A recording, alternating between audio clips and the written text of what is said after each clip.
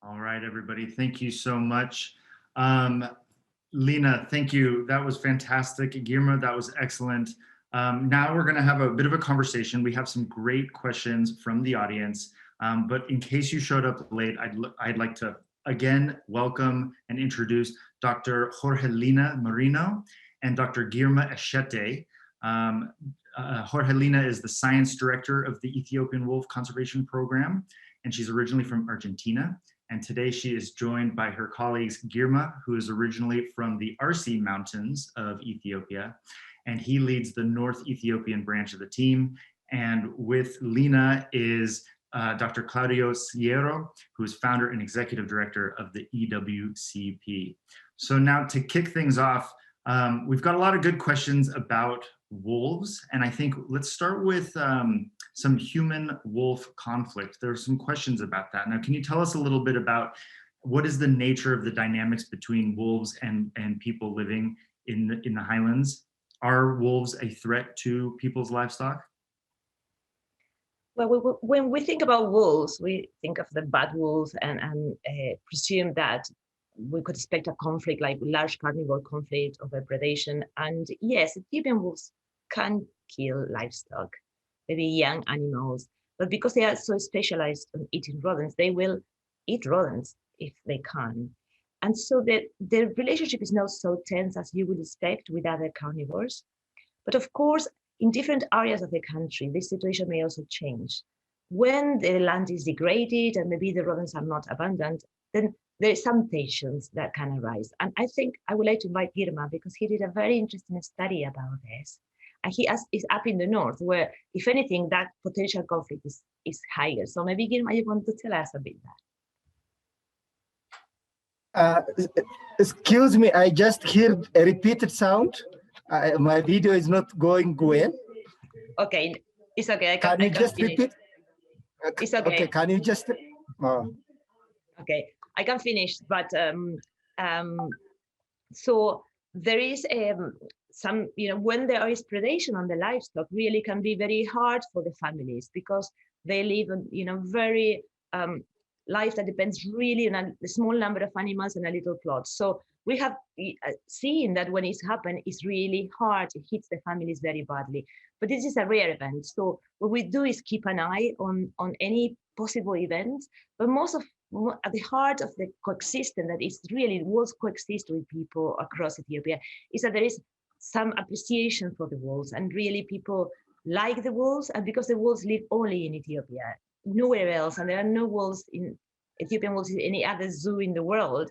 So there is this, I would say, proudness about them. And so that is what we focus on. And like many of the other projects here in WCN, starting with the kids in the school and the communities, there is this really passion for them. And people are willing to help when they can. For example, when we vaccinate domestic dogs, at the beginning, people are not very convinced about it, but over time, they do it. It's good for them, but it's good for the wolves. So that's the way we find ways to avoid conflict it could happen. There's a question for you, Girma. Can you tell us a little bit more about what inspired you to get involved in conservation, and what is it about the wolves that you are so drawn to? Thank you, Tom. I was born, as you told, I was born in the highlands of southeastern Ethiopia. That area is just blessed with wolves.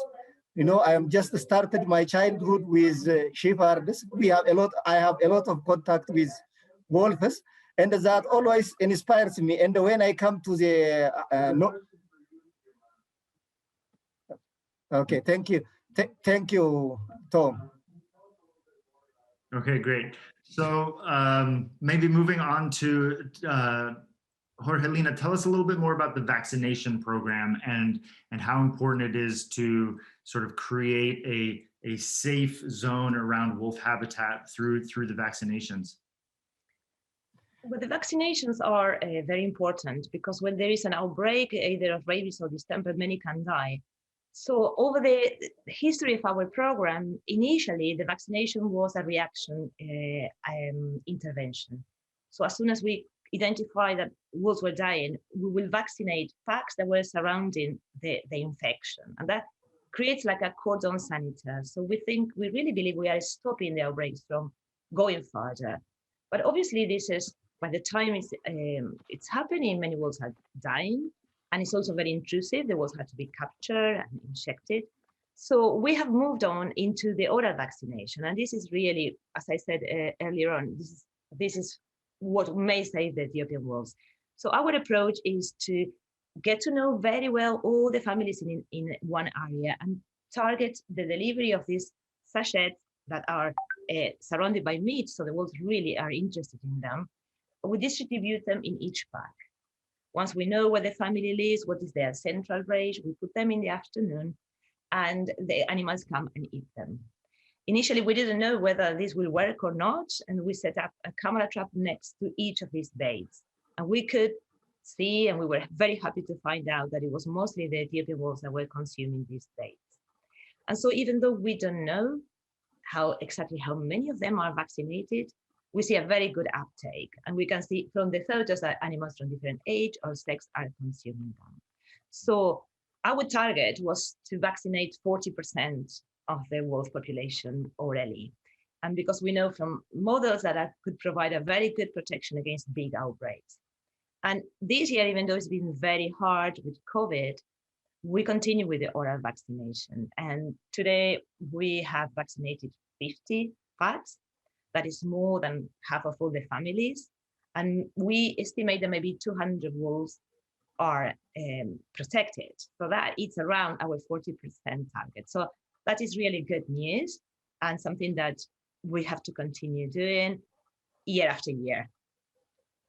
So along those lines, there's a question from Alex asking about the oral rabies vaccine efficacy, sort of how long it lasts. And then Jennifer wanted to know if the vaccine requires like a booster after a certain period of time.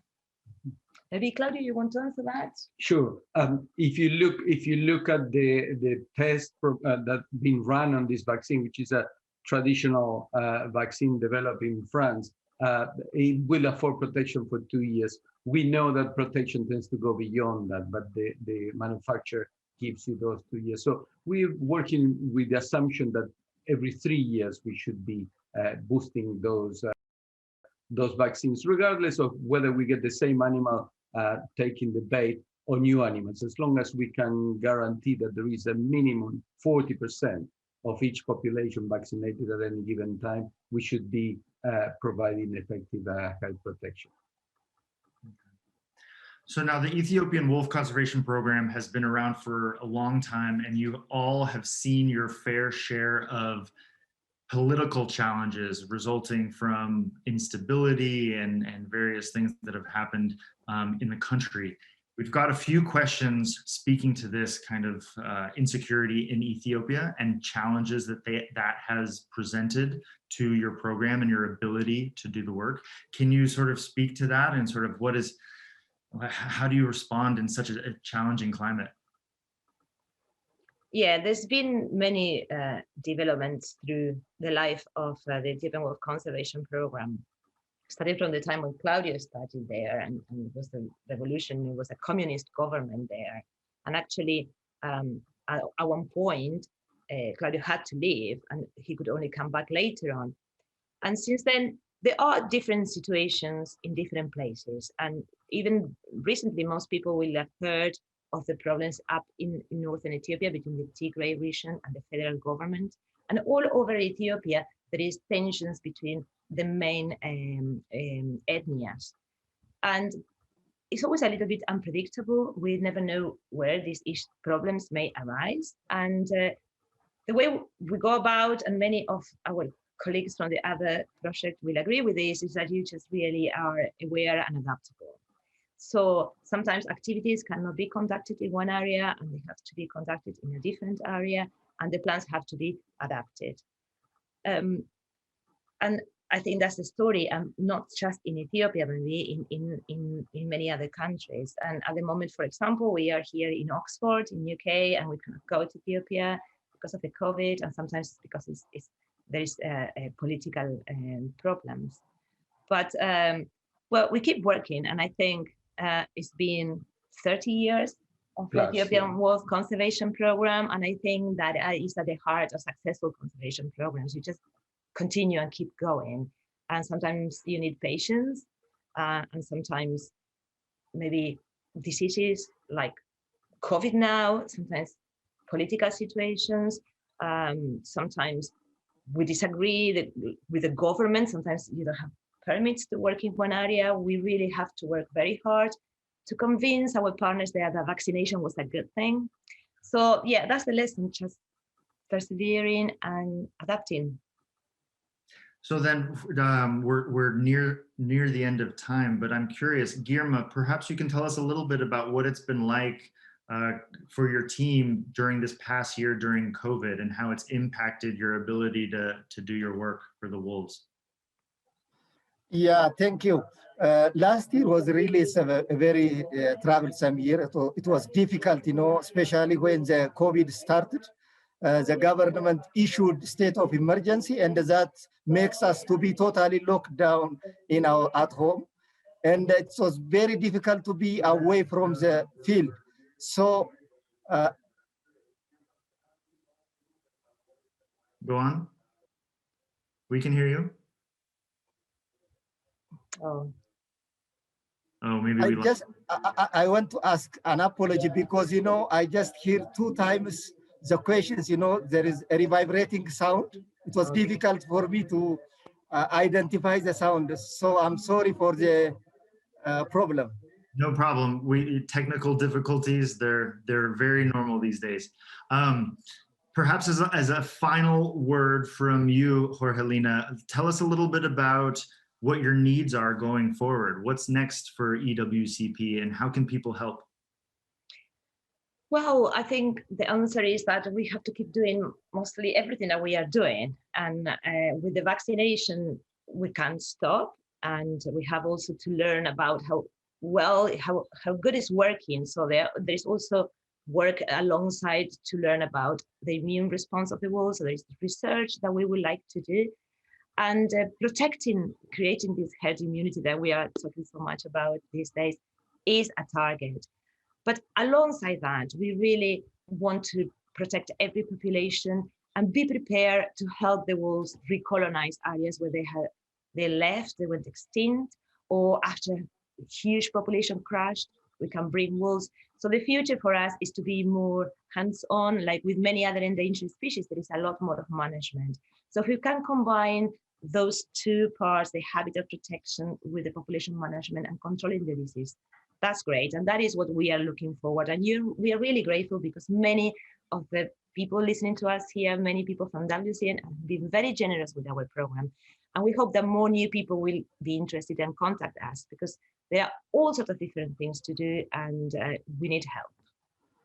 Excellent. Well, everybody who's listening, please consider helping the Ethiopian Wolf Conservation Program, and they're doing such great work. If you do have additional questions, we weren't able to get to all of them in the chat. If you do want to get those questions answered, please pop over to the EWCP booth, which is in the exhibitionist section. I think that's what it's called. Right now, we're taking about a 30-minute break from the main sessions, so you can go interact with the conservationists over there. And then come back in 30 minutes on the main stage. We're going to have a couple sessions around elephants and small wild cats. And then on the all access stage, there will be a roundtable presentation discussing failure as our greatest teacher. So I would like to just wrap things up by saying a big thanks to you, Girma, Jorgelina, Claudio. Thank you for joining us. And thanks for everybody out there who's watching today. Thank you, everyone. Thank you.